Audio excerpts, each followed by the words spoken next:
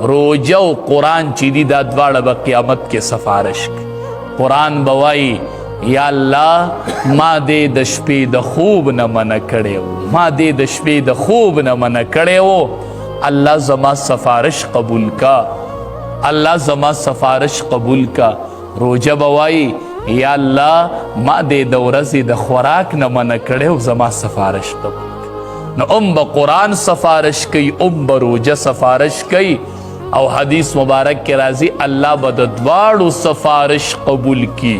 نو روجه دا معمولی عمل نه ګڼو. ګورئ دې ته په عام نظر مه ګورئ. ګورئ دا کال کې یوه میاشت چې څومره ښېګړې درنه کېږي هغه پکې وکئ، څومره عبادات رانه کېږي چې هغه پکې وکړو، چې څومره تلاوتونه پکې کېږي چې هغه پکې وکړو.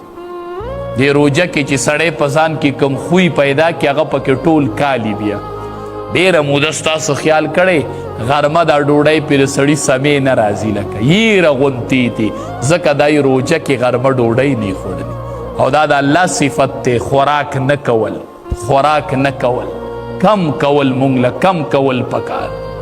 نو دې کې الله په سړي کې ډېر خویونه پیدا کړي. بل زمونږ نه روجه کې یو کمې کوتاهۍ خلقو نه کېږي.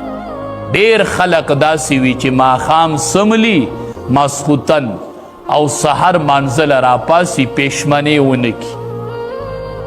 انس رضی الله تعالی عنه روایت نقل کوي هر کار چې کوو نو په طریقه د رسول الله صلی الله علیه وسلم به یې کوو.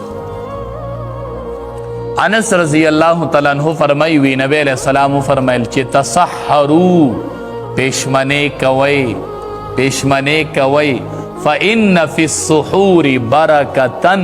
په پېشمني کې الله ډېر برکت یخی دی، ډېر خیر دی پکې. په پېشمني کې الله ډېر برکتونه او خیرونه یخی دی. یو برکت او خیر پکې دا دی چې وی کم کس په پېشمني باندې خوراک وکړي نو دا خوراک الله د ټولې ورځې غذا وګرځي او دی بیا د ورځې نه تږی کېږي او نه وږېږي. دا د پېشمني یو برکت. بل برکت د پېشمني دا دی چې سړی پېشمني له پاسي نو په دغه ټیم کې به 2 رکعاته مونځ وکړي، ځکه د تهجدو ټیم دی، برکتي ټیم دی، نو 2 رکعاته به مونځ وکړي. حدیث مبارک کې راځي چې د پېشمني دا ټیم شي. د پېشمني ټیم ګورئ د شپې اخیره حصه ده، اخیره.